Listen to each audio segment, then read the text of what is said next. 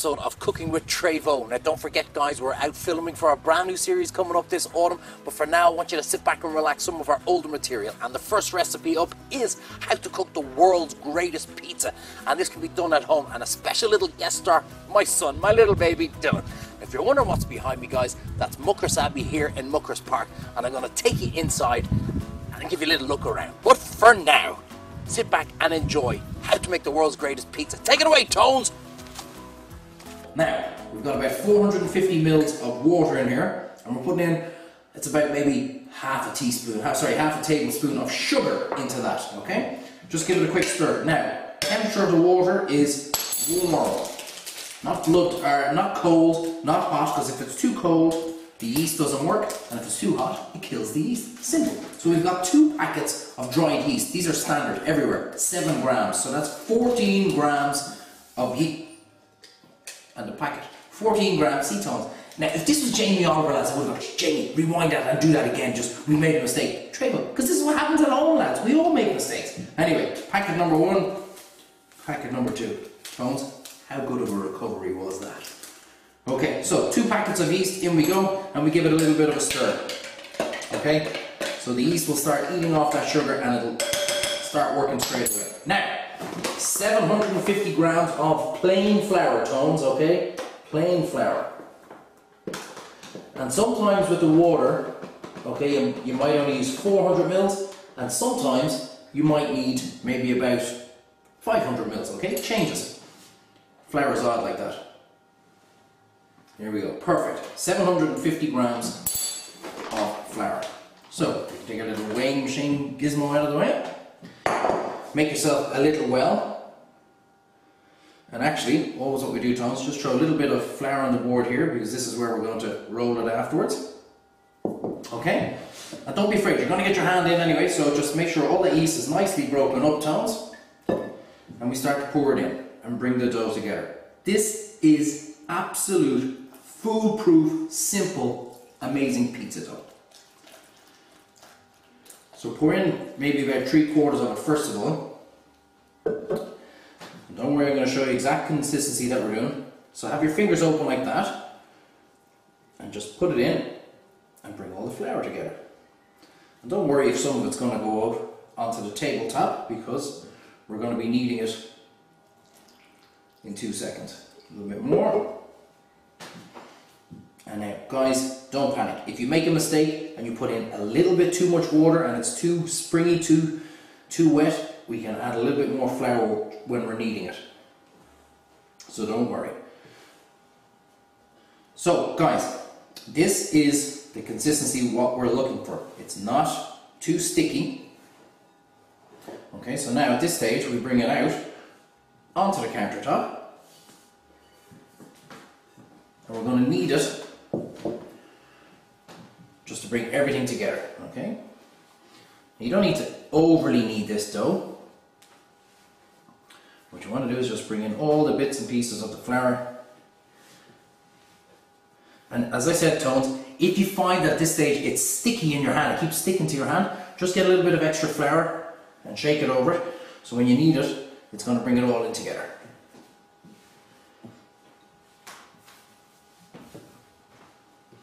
You'll see in a lot of recipes, guys, they put in olive oil and this kind of stuff. I personally don't think it needs it, because we're going to be putting enough oil. Get in here! I keep doing that. Come here to me, you. What? Look over here. What? We're filming. Huh? There you are now. Come on, pick a stool. Join me. Now, this is the most important part. Is you always need a 4-year-old to finish off the kneading. Give that a good shake together. This is why I tell you guys cooking at home is brilliant, because you get the kids involved in it. We couldn't have practiced that if we tried, lads. What a natural. What a natural. Okay, throw it into the bowl. What a shot. Okay, and what we do, Tones, is we leave this here for about maybe 35-40 minutes to proof. Okay, so let the yeast come in, and this will at least double in size. So we'll be back in 30 minutes.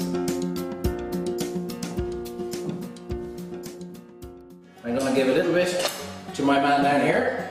Remember guys, this is cooking at home, cooking with the kids, okay? So I'm not going to be tossing it up or any of that kind of stuff. If you know how to do that, we are clearly not the channel for you. I'm going to do just a couple of different pizzas here, okay? Great thing about this dough, very flexible, you can do whatever you want with it, okay? So we're going to take a piece and we're going to roll it out. A little bit of flour. And off we go. How are you getting on, Dills? Good. Good boy, that's it. Keep it out nice and flat. Perfect. This takes maybe a couple of seconds. And the great thing about it is get all the kids. Everybody gets a piece of dough and everybody gets to make their pizza. Isn't that right, Dills? Yeah. Whatever they want to put on it. What are you going to put on yours? Ham and mushroom. Ham and mushroom. Ooh. Wonder what Tones is going to put on his. What do you think, Dills? You're right. Tone, even Dills knows not to say anything when Tones asks a question. Now, first one, boom, straight into your tray. How easy is that? Dills, what are we making? Pizza. I like it. We've rolled out our pastry, guys, or our dough. Now, Chef Dills, you know what to do? That's what they call you in America. We're going to make two different types of pizzas, and then I'm going to show you a third one, guys, just to show you what you can do with this dough and all the fun you can have at home. So, when you're putting on your sauce, spread it all the way out to the sides as you're spreading. That's better than me, Dills. Okay. Pick up. It is faster, you've been practicing. Okay, make sure your pizza base, guys, is rolled out nice and thin. Well, you can leave it thick if you like thick, but I like it thin. And this dough works perfect for it. Now, how are you getting on? All done. That's perfect. Now, this is the only time you ever correct the kid, guys, is just make sure the sauce goes right out onto the side. Otherwise, they can do whatever they want. Isn't that right, Dills? Yeah. Because if you don't put it all the way out to the side, your dough will burn. We don't want that, sure we don't? No. No. Now, you go with yours, ham and mushroom, and I'm going to go with mine. I love just salami. Okay, so a little bit of salami here. What about our chili?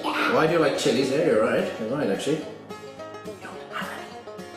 Okay, then just put a little bit of a sprinkle of cheese on it for me there now. Then you put a little bit more. Okay, and the reason why you don't want to put too much sauce on it, guys, is because too much sauce will make sure that the base is going to be really, really soggy. So we don't want that. Now, how you getting on, buddy? That looks fantastic. A little bit more cheese, just plain mozzarella. And then I've got some of the nice, good mozzarella. And we just fill it all out. Yeah. I'm taking all of the cheese. You take as much as you want. Now, pepper. I put a little bit of rock salt on mine. Ooh, rock salt. Then, I put a little bit, you know me guys, I love my dried herbs. A little bit of dried herbs. And then the last thing I'll throw on is just a little dash of olive oil.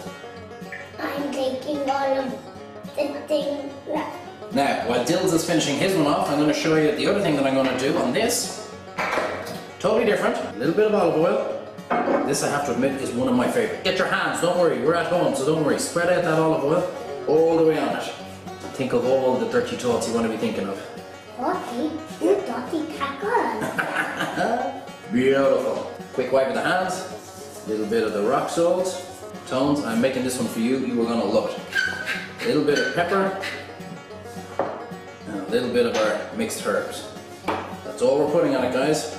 That's all we're putting. But wait till you see what we're going to do when it's done. So, now guys, red hot oven, 180 degrees. Keep that flat.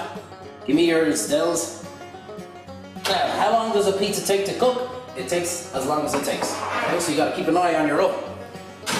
About 20 minutes isn't going to be a million miles off. In we go. Nice red hot. Dills, yours one's on the bottom, okay? Say see you in a few minutes, pizza.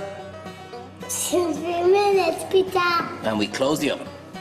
25 minutes in that oven, guys. So keep an eye, ovens vary. That's for Dills. Here's this other beauty. For me. And now, guys, I want to show you the other one. An absolute fantastic idea for a pizza. Okay, hold that, Dills. So, we've got some nice cream cheese. Okay.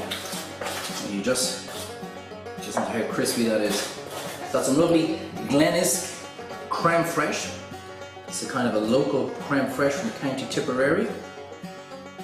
Now we've got some of the finest smoked salmon known to man, right here from the Kenmare Bay. Star Seafood, absolutely beautiful. A little bit of pepper. Okay, some wild rocket.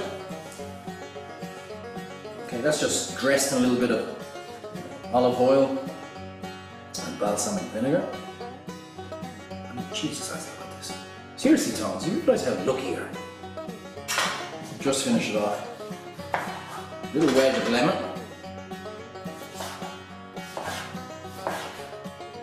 How easy was this, guys? How easy was this? Just throw them anywhere. Okay. And last but not least, just another little glove of olive oil on top. And that is what you call an absolute fantastic pizza. Tones, we're gonna have lunch. I might let you have some too. Take a close up before we go eat.